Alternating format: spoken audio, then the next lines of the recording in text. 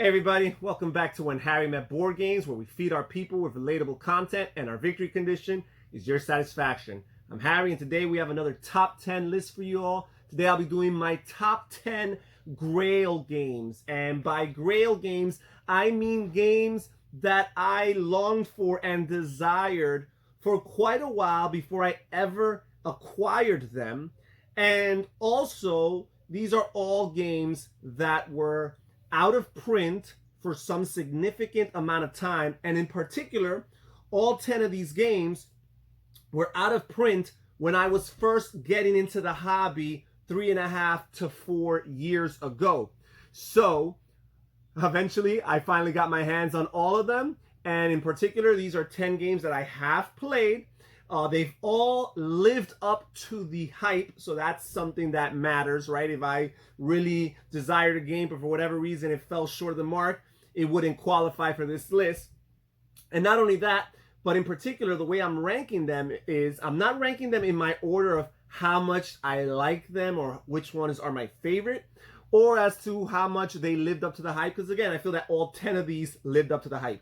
I am ranking them from 10 to 1 based on how much I was anticipating them, how excited I was about it, how much I craved for them, and in some occasions, how long I had to wait between the moment when it first grabbed my attention and the moment when it was finally available for me to acquire or for me to purchase. So with no further ado, let's move on to my number 10 Grail game of all time, and that is Cuzco, designed by Wolfgang Kramer and Michael Kiesling. And this is a reprint and a retheme of Java, which is the sequel or the second game in the trilogy, the Tikal trilogy of games designed by this duo, Michael Kiesling and Wolfgang Kramer. And Tikal, as most people might know, is a Spiel des Jahres winner for 1999. Java, the original game, was very well received, not as much as Tikal, but when I first got into the board game hobby, Java was actually out of print.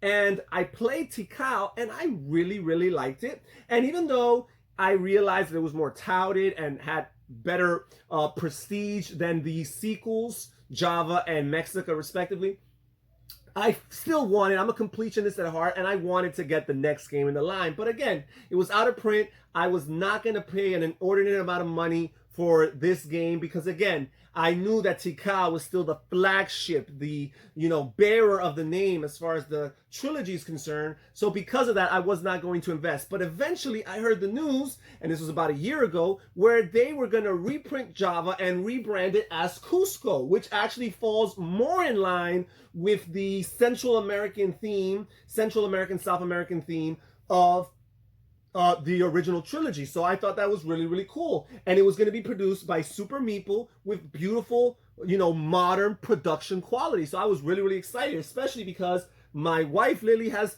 been to Cuzco many, many, many years ago. So I thought, hey, this is going to be great for so many reasons. I was very excited about getting this game. This is a action point allowance game where each player gets a certain amount of action points per turn, 6 points. They have a pool of actions to choose from.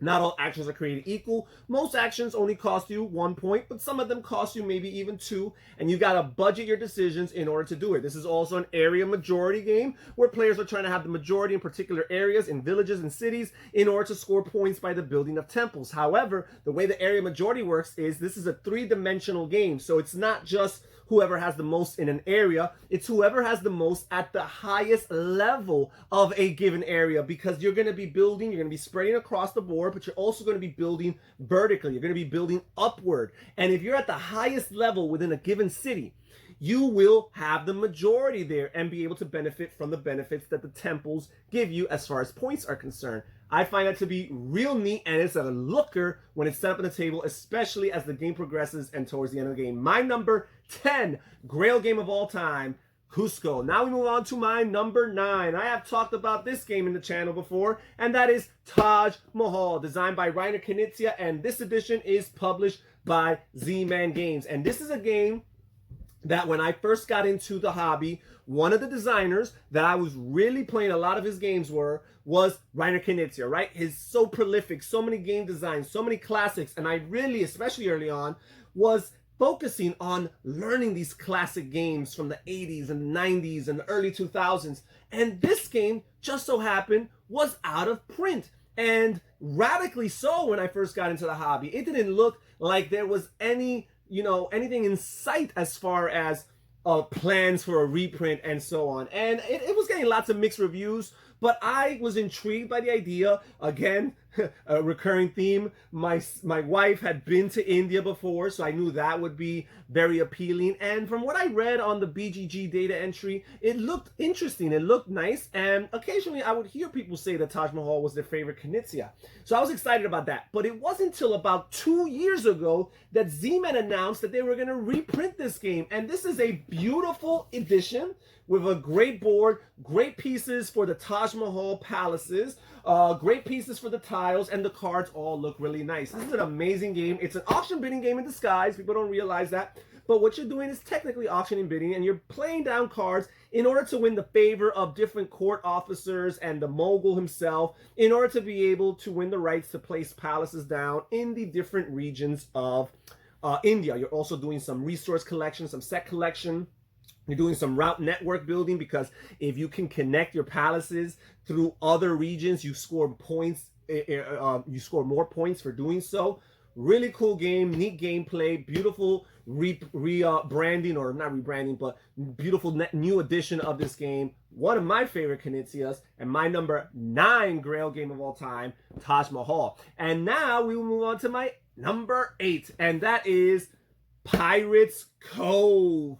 And this game here is designed by Paul Randalls and Daniel Stahl, published by Days of Wonder Games. So I like pirate-themed games. And when I first got into the hobby, I was getting some pirate-themed games. I was playing games like Loot and games like Jamaica. Those were some of my earlier games when I first got into the hobby. And I really liked the pirate theme. And I started doing investigating and research to find more pirate-themed games that perhaps were a little bit crunchier, a little bit meatier. And I stumbled upon Pirates Cove. Here's the problem. It was out of print, and it's still out of print. So it was very, very, very frustrating. But somewhere like maybe in a year into my experience, I was able to find a used copy for a relatively decent price of Pirates Cove. And that was very, very exciting. So, as a matter of fact, I'm sorry, I don't even think it was a used copy. I believe the copy I got was a new copy, actually. Yes, this is a new copy, still in shrink wrap copy of Pirates Cove. I even remember I was punched out the pieces for this game. So yes, so I was very, very excited to get this game. And this game has some nice, neat things going on. You got a little bit of program action here, because players are simultaneously choosing which island they're going to go to, and then they reveal simultaneously. And you might end up going to the same island as one of your opponents. And what happens is that triggers a duel of sorts, a battle. And the first person who has the fastest ship gets to decide whether or not they want to retreat, flee from the battle, and go to Pirates Cove, which is a safe haven for all pirates, or if they want to engage in battle and dish out the first attack. And then players take turns back and forth until one player or all the players involved in the battle retreat, or until somebody, all but one player, is defeated and is forced to go to Pirates Cove with their tail between their legs. So yeah, it's a very fun game as far as that's concerned. You're also going to the different islands, because the different islands have different treasure cards on there that get you a different amount of coins for money. They give you a different amount of treasure queues, which you can go to Treasure Island and hide for extra victory points. And it's a little bit of a point salad, because you're doing lots of things. The battles in themselves can get you victory points once you make your opponents retrieve. Also, the different islands correspond to one of the different sections of your ship, your pirate ship, that you're trying to upgrade. As the game progresses, you're trying to use the money you earn to upgrade your ships so that you can have the fastest ship, or perhaps the most battle-heavy ship, or perhaps the ship that has the biggest hull, so that you can hold on to as much loot as possible. You're factoring all these things in. There's different event cards. There's different legendary pirates that are neutral players that sometimes you have to encounter. Lots of really cool stuff. Days of Wonder game from almost 20 years ago, but even so, the production quality is pretty good. fun game, and when I first got it to play it, very much excited. My number 8 Grail game of all time, Pirates Cove. And now we move on to my number 7, and that is Hollywood Golden Age, designed by Reiner Knizia, and this edition is by Ludanova Games, which is a Spanish, based in Spain, board game publisher. And this is a game that has been reprinted many times. And when I first got into the hobby, it was out of print and had been out of print for quite a while. This game was also known as Dream Factory, Trump Fabric, Hollywood Blockbuster, and a couple other names. But this is the latest iteration based on the golden age of Hollywood, the 1930s, 40s, and 50s. Lots of these actors, many people don't know, but there's always a few names that people have heard in the lore of Hollywood throughout their lives. And there's some names that you will recognize, directors and actors and such. But this game is so cool. I really look forward to it. I liked the idea of it as a theme. When I heard about some of the auction mechanisms in this game, I found it to be innovative and captivating, but I couldn't get it. And again, there was used copies that were being sold for a really, really extreme price, and I did not want to jump on that ship. But somewhere, I think it was about 2 years ago, I read the announcement that Ludanova was going to be selling this game. And I had actually bought games from Ludanova before. So I was like, okay, that's great news.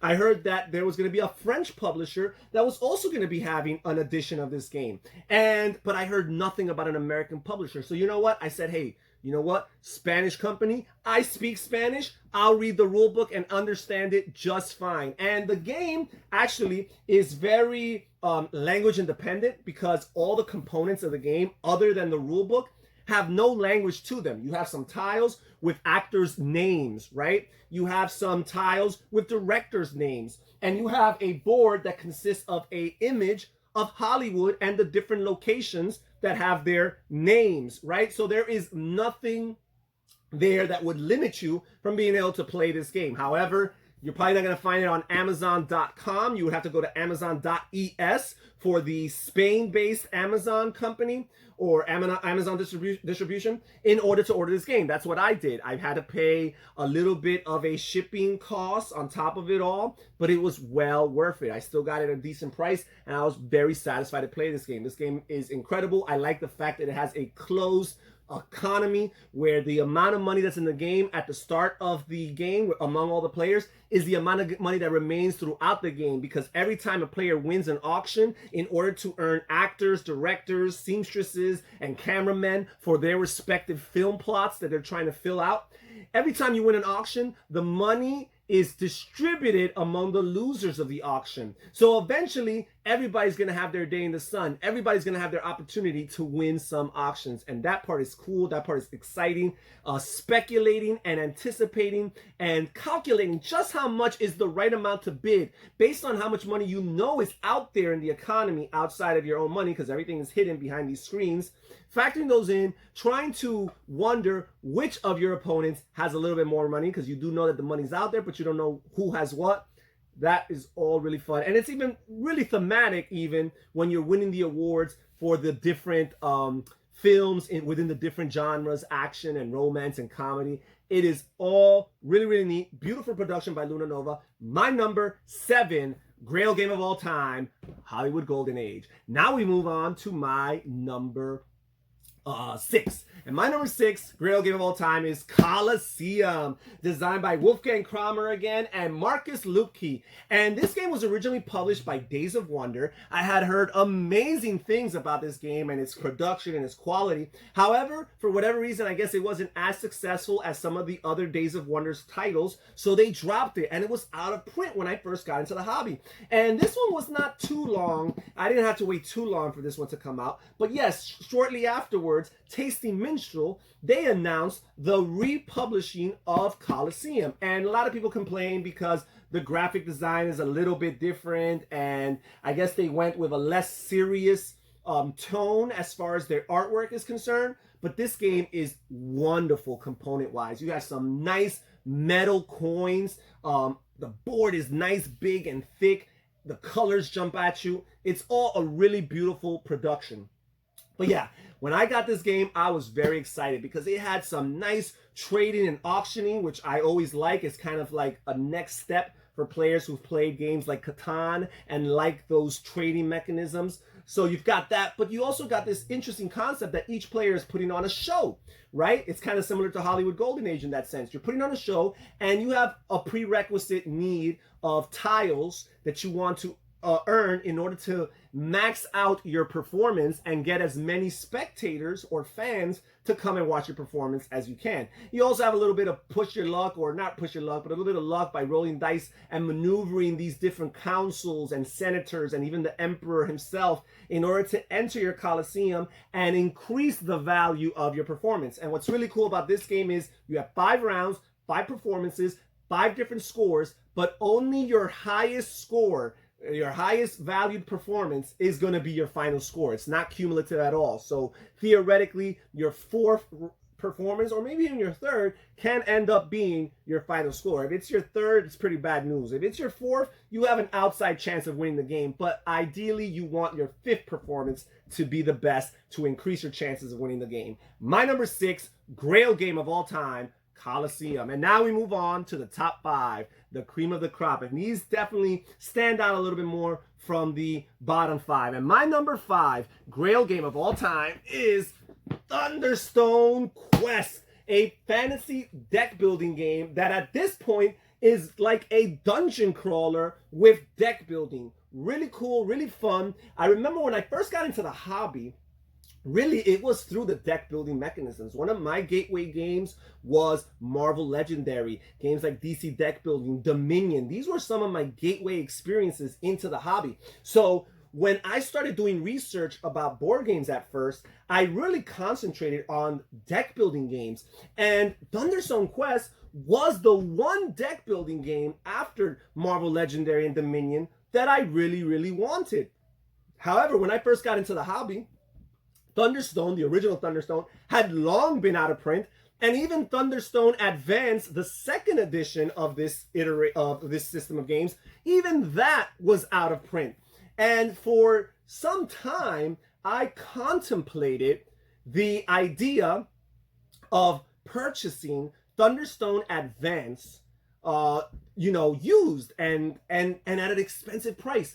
But I really, really wrestled with that idea, and finally I decided not to. And then sometime afterward, it was announced on Kickstarter that they would be doing the Thunderstone Quest, the 3rd edition. And it took some time before this was available for retail, because I did not buy it on Kickstarter. It took some time before it was available in retail, and then I finally acquired. I remember seeing this huge monstrosity of a box and being so excited. And every time an expansion comes out, I jump on it, because even though I haven't even exhausted the content in the base game, the fact that the previous iterations have had such a short lifespan, right? I said, you know what, when these expansions come out, I'm getting them, because who knows if this ends up going out of print and we have to wait years before there's a 4th edition. But I don't think that's going to be the case, because this is a very well done game. Again, it has the dungeon crawler feel. Players are leveling up their heroes, gathering equipment, gathering spells, gaining loot when they defeat monsters, eventually upgrading, leveling up so they can fight the big final overlord and score as much experience points, or victory points in that case, as you can. My number 5 Grail game of all time, Thunderstone Quest. And now we move on to my number 4. My number 4, for many people throughout the years, I've heard this was their number 1 Grail game, and that is Pillars of the Earth, designed by Michael Renek and Stefan Stadler. This edition published by Cosmos Games. This is what many people consider to be the quintessential worker placement game. Perhaps not the quintessential gateway worker placement game, but the next step game. And lots of people were touting it when I first got into the hobby, but when I first got into the hobby, it was out of print, and it seemed to be like it was an IP issue, because Pillars of the Earth is based on an intellectual property, a novel or a series of novels by Ken Follett. Ken Follett is not the designer of the game, folks. Let's stop making that mistake. It's Michael Renek and Stefan Stadler. I know their names are much smaller. Ken Follett is the author of the novels. But anyways, this game was out of print. But again, this was another game that did not take too long after I first got into the hobby for it to be reprinted. But from what I read, it had already been out of print for some time, right? So when I heard the news that it was going to get reprinted, I was really, really excited. And this game features so many amazing things: worker placement, one of my favorite mechanisms, a beautiful board designed by Michael Menzel, hottest or one of the hottest board game artists in the industry.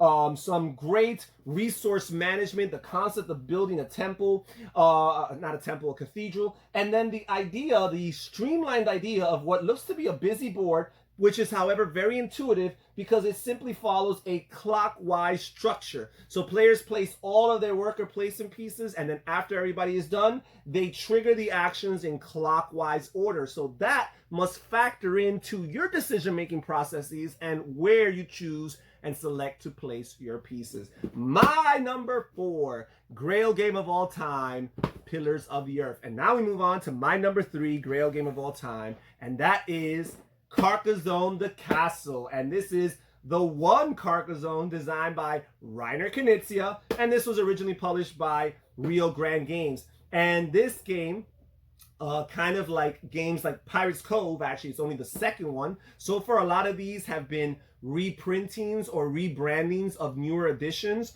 but Pirates Cove still remains out of print. Carcassone the Castle still remains out of print, and I get the impression will remain out of print. But about a year ago, I was able to find a used copy of this game for $40 on board. I'm sorry, a new copy. I'm sorry, mistake. A brand new copy in shrink wrap for $40. As a matter of fact, you can check on this channel my unboxing video of this game so that you can see that it was in shrink wrap and that I had to punch out all of the pieces. And I got it for $40. That is pretty much what a game of Carcassone cost to begin with. Maybe a little bit less, but the point is I got it for a real reasonable price. For years, I had been looking at this. Since I first got into the hobby, I had been looking at this and seeing this being sold for $100, $200 even sometimes. And sometimes I was even tempted, especially early on in my experience, to cough up that money. But I was like, oh, I could get 2 or 3 other games for that amount. But finally, through searching and waiting, I found this new copy for $40, and it was amazing. And this is great. This is my favorite iteration of Carcassone, 2-player only. Some really neat features with the scoring track table that gets you bonus tiles if you land on a specific spot on the score track. Also, the idea that if you have the largest house, you will score for all the empty spaces in the castle, and there will be about 17 empty spaces by the time the game ends. So having the biggest house is very, very valuable. Lots of cool little mechanisms in this game, a few little tweaks to a game system that I already adore, which is Carcassone. My number 3 Grail game of all time, Carcassone the Castle. And now we move on to my number 2, and that is Ora Labora, designed by Uwe Rosenberg, and this edition is Z-Man Games. From very early on in my experience, one of my first couple games early on in my gaming experience were Uwe Rosenberg games. I was playing lots of his older card games. I was playing games like Bonanza and Mamma Mia and Babel. And then I started playing some of his heavier games like Agricola and such. And I coveted this copy of Ora Labora, which was in the top 100 when I first got into the hobby. I don't think it no longer is. It was on top 100 of BGG. So it's highly touted, highly regarded, highly ranked, and at the same time, Uwe Rosenberg. And I really wanted it, but it was out of print. And this is another game that I wrestled with the idea of paying an arm and a leg for. And then I finally got it for a decent price. I think I paid something like $70 for it, which for its game, its heaviness, and the amount of wood and components, well, there's not so much wood here, but the amount of components, the tiles that are here, it's not totally unreasonable. But I was so excited when I finally got this game, and this game has lived up to the hype. It's a great worker placement game, kind of like Uwe's shtick right there. He's been doing lots of worker placement games over the years, where players each have 3 workers. They represent monks, but one of those monks is a prior, so he's a little bit more valuable. He allows you to, build a building and place your that prior worker on it as soon as you build it and activate its power, while the other monks have to go to already built buildings in order to activate their powers. You also have this nice resource wheel, which determines how much of a given resource is available to the player who produces it in the current round. You can also pay your opponent in order to use one of their workers on one of their buildings. Lots of cool little neat mechanisms. Also, the really cool thing is the buildings that you're building in your player area, they need to go into specific types of terrains. You have mountains, you have coasts, you have forests and fields, and each of these buildings requires a specific type of terrain. So there's a spatial element to it, and you're expanding your board, you're expanding your land, right? Because you're buying these mountain space tiles to put onto your board and to extend, and you're buying your coastlands to put on your board and extend to one side, and you're buying your different fields and forest tiles in order to expand up and down. Lots of cool, neat mechanisms that I appreciate. Definitely lived up to my hype. My number 2 Grail game of all time, Ora and Labora. And then we will move to my number 1. And my number 1, this is a game that I coveted for such a long time, and I was only able recently to acquire this game for a really good price. I'm just going to get right to it. My number 1 Grail game of all time is Runebound 2nd Edition. This is a game, when I first got into the hobby, I started hearing lots of people talk about the Terranov system of games. Games like Descent, Runebound, and Rune Age, and these kind of games. And lots of people would say that Runebound 2nd Edition was better than Runebound 3rd Edition. Well, guess what? Runebound 2nd Edition was massively out of print, and because people knew that Runebound 2nd Edition and 3rd Edition were so different, people were selling their 2nd Edition copies for a fortune, right? Because sometimes you lower the price of your 2nd Edition used copy when you know there's a brand new 3rd Edition. But again, because there was that strong argument by many people that Runebound 2nd Edition was actually better, people were selling this for a fortune. Well, what could I do? I bought Runebound 3rd Edition, and I enjoy Runebound 3rd Edition vastly. As a matter of fact, I haven't quite come to the conclusion as to which one I prefer. I'm working on a comparison video where I will discuss that in further detail. However, this game has definitely lived up to the hype. I wasn't going to pay a fortune for it, but from time to time, I would peruse through the geek market on BGG and see what its going price was. And finally, sometime, I think about 3-4 months ago, very recently, I was able to find a copy for about $50. And I said, you know what? I'm going to jump on it. And the person, without even knowing, unbeknownst to me, the person who sold me this copy for $50 also included a bunch of expansions within the game. So not only was I sold the base game, but I was sold a bunch of expansions that probably originally went at about $10 a piece. I was sold all of that content for $50. That was quite a deal.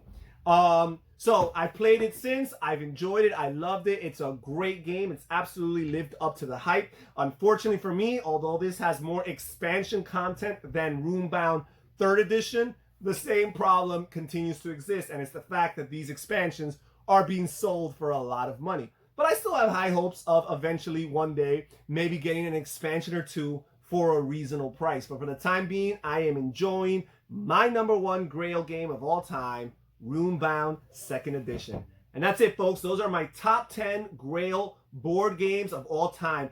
Games that I searched for. I searched every nook and cranny of the board game geek universe in order to acquire these games. Some were more easier to acquire. Some of them just required a little bit of patience on my part, waiting for them to get reprinted and for publishers to bring them back out. And others required a little bit more of craftiness from my perspective, a little bit more thriftiness and finding those used copies, or sometimes in some cases brand new copies, at a really good deal. Well, that's it for this episode of Top 10 Videos, my top 10 Grail games of all time. This is Harry.